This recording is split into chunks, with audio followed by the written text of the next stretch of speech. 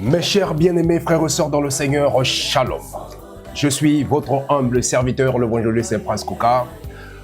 Aujourd'hui, je suis encore venu au travers de cette émission Les Cris des Réparations, une production de ZL Prod.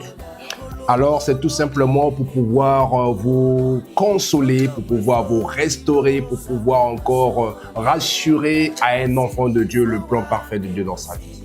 Parce que cette prophétie s'adresse à celui qui avait privé de ses droits et de son héritage, parce que nous sommes les enfants de Dieu et nous sommes les héritiers de Christ et les co-héritiers avec Jésus-Christ. Raison pour laquelle le thème que j'aimerais aborder avec vous s'intitule « Ne crains point, mais crois seulement ». Beaucoup d'enfants de Dieu face à une situation compliquée, voire à des difficultés, à des épreuves, commencent à craindre. Mais le Seigneur veut te rassurer ce jour, te dire que ne crains rien, mais tu dois croire simplement. Alors, même si les hommes ont dit leurs derniers mots en ce qui te concerne, mais laisse-moi te dire, ne crains rien, crois simplement. Peut-être les hommes et des femmes te découragent. Depuis que tu as commencé à prier, depuis que tu vas à l'église, depuis que tu sers Dieu, ta vie n'avance pas. Et que tu commences à vouloir croire à ses propos. Mais le Seigneur te rassure, ne crains rien. Mais crois simplement à celui que tu as fait confiance. Et c'était des paroles d'un homme. Si nous lisons le livre de Marc au chapitre 5, à partir du verset 22, nous allons voir que il y avait une situation d'un homme qu'on appelle Jairus. La Bible déclare que Jairus était le chef de la synagogue. Ayant aperçu Jésus, se jeta à ses pieds. Et il lui adressa cette instante prière. « Ma petite fille est à l'extrême. Viens, impose-lui les mains afin qu'elle lui soit sauvée et qu'elle vive. » Jésus s'en alla avec lui et une grande foule suivait et se pressa. Comme il parlait encore, verset 35, je paraphrase, survint le chef de la synagogue des gens qui disent « Ta fille, elle est morte. Pourquoi importuner davantage le maître ?» Mais Jésus, sans tenir compte de ces paroles, dit au chef de la synagogue, « Ne crains pas, crois seulement. » C'est là où j'ai épinglé ce thème de cette exhortation. Pour dire, mes frères et sœurs, Jairus était un chef de la synagogue. Jairus croyait au Seigneur, il croyait en Dieu.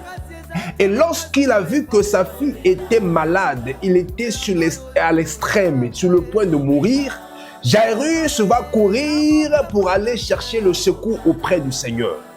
Car le Seigneur a dit, si vous me cherchez de tout votre cœur, je me laisserai trouver par vous. Et Jairus a trouvé le Seigneur.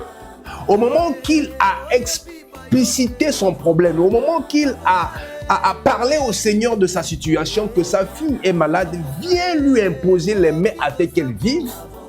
Les gens sont sortis de là où qu'il avait laissé sa fille pour venir annoncer, décourager à Jairus, de lui dire que laisse tomber, ne parle plus au maître, ne dérange plus le maître, ta fille est déjà morte. C'était la fin. Or, Jésus-Christ, la Bible déclare que sans tenir compte des paroles de ces hommes-là, il va dire à Jairus, ne crains rien, crois seulement. Alors Jairus était face à un dilemme. Croire à ce que disent les hommes, ce qui est réel, ou croire à ce que Dieu dit, ce qui est la vérité. Or, le Seigneur a dit, vous connaîtrez la vérité vous affranchira et cette même vérité vous rendra libre. Bien-aimés dans le Seigneur, c'est pour vous dire qu'il y a beaucoup de choses que nous vivons dans ce monde, Il y a beaucoup de gens qui viennent nous décourager à cause d'une situation, à cause d'une période difficile que nous traversons. De nous décourager, de ne plus chercher Dieu, de ne plus aller à l'église, de ne plus méditer la parole de Dieu, de ne plus prier Dieu, de ne plus gêner, de ne plus chercher la face de Dieu parce que la situation que tu traverses est encore pire. Mes frères et sœurs, souvenez-vous que si tu es dans la souffrance, tu dois prier. Et Jairus était face à ce que disent les hommes et face à ce que Dieu dit. Alors, quel est ce que tu crois? À ce que disent des hommes ou à ce que Dieu dit? Voilà la raison pour laquelle Jésus est celui qui te rassure. Jésus est celui qui dit la vérité. Il a dit à Jairus, ne crains rien, crois seulement. Jésus-Christ est parti avec Jairus dans sa maison pour aller voir sa fille qui était morte selon la version de ses hommes. Et a permis à personne d'accompagner, et si ce n'est que Pierre et Jacques et les gens et à Jean, frère de Jacques. Mes frères et sœurs, pour dire que dans la vie, tu ne dois pas t'associer t'associer avec des gens qui te découragent, mais cherche des personnes qui peuvent te soutenir dans cette situation. Et Jésus-Christ, lorsqu'il arriva à la maison du chef de la synagogue de Jairus, où Jésus voyait une foule bouillante en train de pleurer et de pousser des grands cris, Jésus-Christ a fini par les chasser. Il chassa tous ces hommes et des personnes qui priaient. Pourquoi faites-vous du bruit et pourquoi pleurez-vous? L'enfant n'est pas morte, mais elle dort. Et il se moquait de lui. Alors, ayant fait sortir tous ces hommes, tout le monde, il prit avec lui le père et la mère de l'enfant. Bien-aimé dans le Seigneur, tu dois créer une atmosphère positive tout autour de toi. Tu ne dois pas avoir des personnes craintives à ton égard. Tu ne dois pas avoir des personnes apeurées à ton égard. Tu dois chercher toujours des personnes positives qui viennent te soutenir dans ta situation afin de pouvoir croire au miracle de Dieu. Parce que la foi est la ferme assurance de ce qu'on espère et la démonstration de celle qu'on ne voit pas.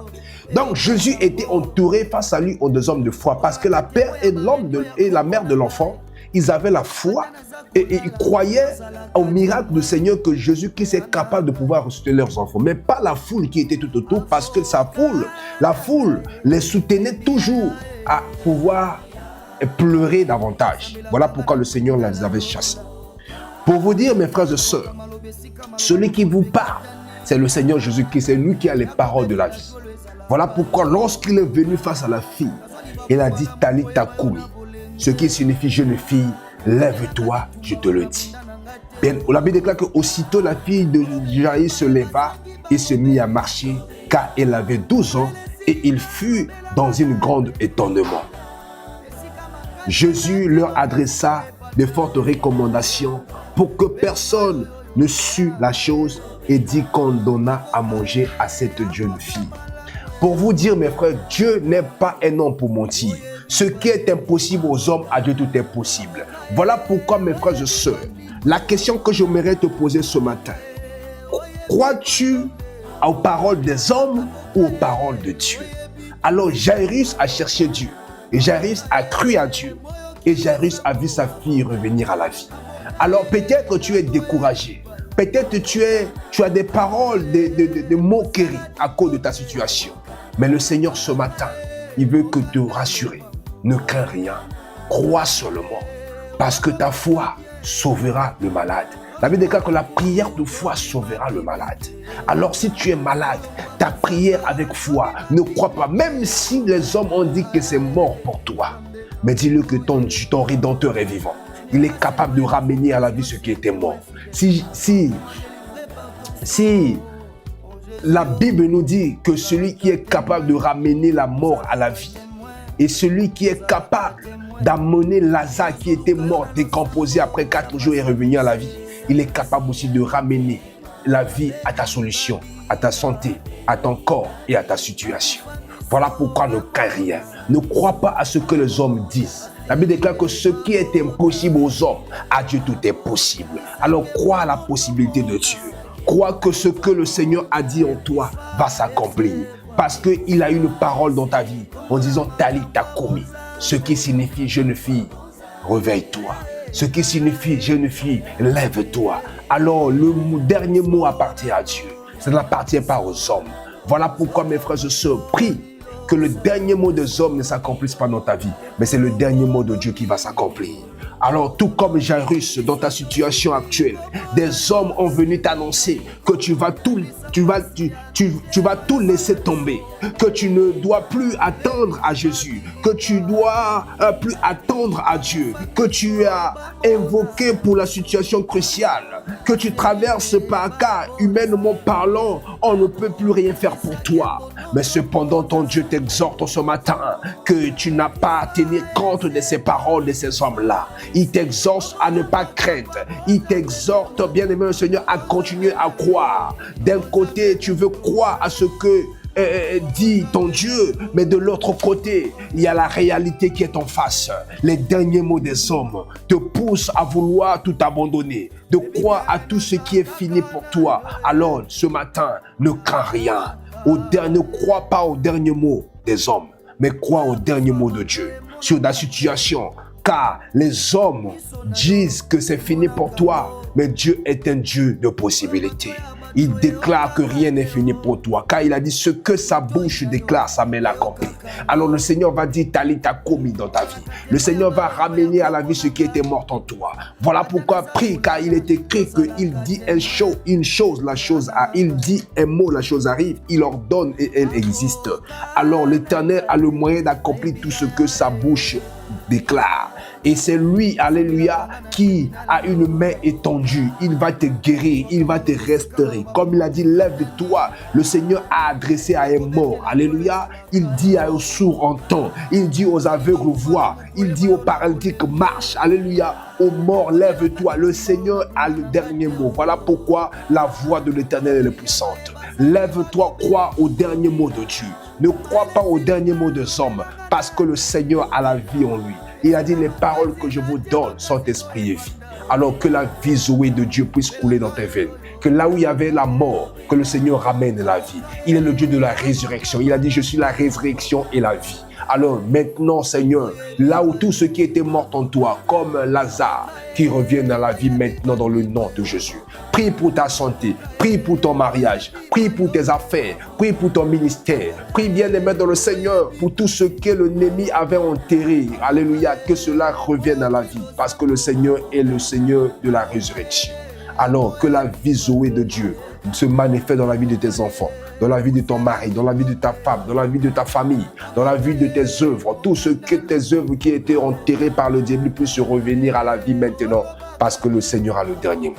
Au nom de Jésus, commence à prier pour ta vie. Demande à Dieu de ramener la vie. Demande au Seigneur de te donner la vie à tous ceux qui t'empêchaient de vivre l'excellence. Tiens, car le Seigneur a dit, je suis la vie, le chemin, la vérité et la vie. Alors que le Seigneur te montre le chemin que tu dois suivre, parce que ces paroles qu'il disent est vérité et les paroles qu'il disent est la vie. Que le Seigneur te bénisse et te comble. C'est dans le nom de Jésus que j'ai ainsi prié. Je dis Amen. Hier, Zedel Prod n'existe pas. Mais Zedel Prod existe parce qu'il y a un Dieu qui a donné la vie. Yes, amen. Pour qu'à travers cette institution, que beaucoup de âmes aussi derrière soient sauvées. Sauvé, yes, amen.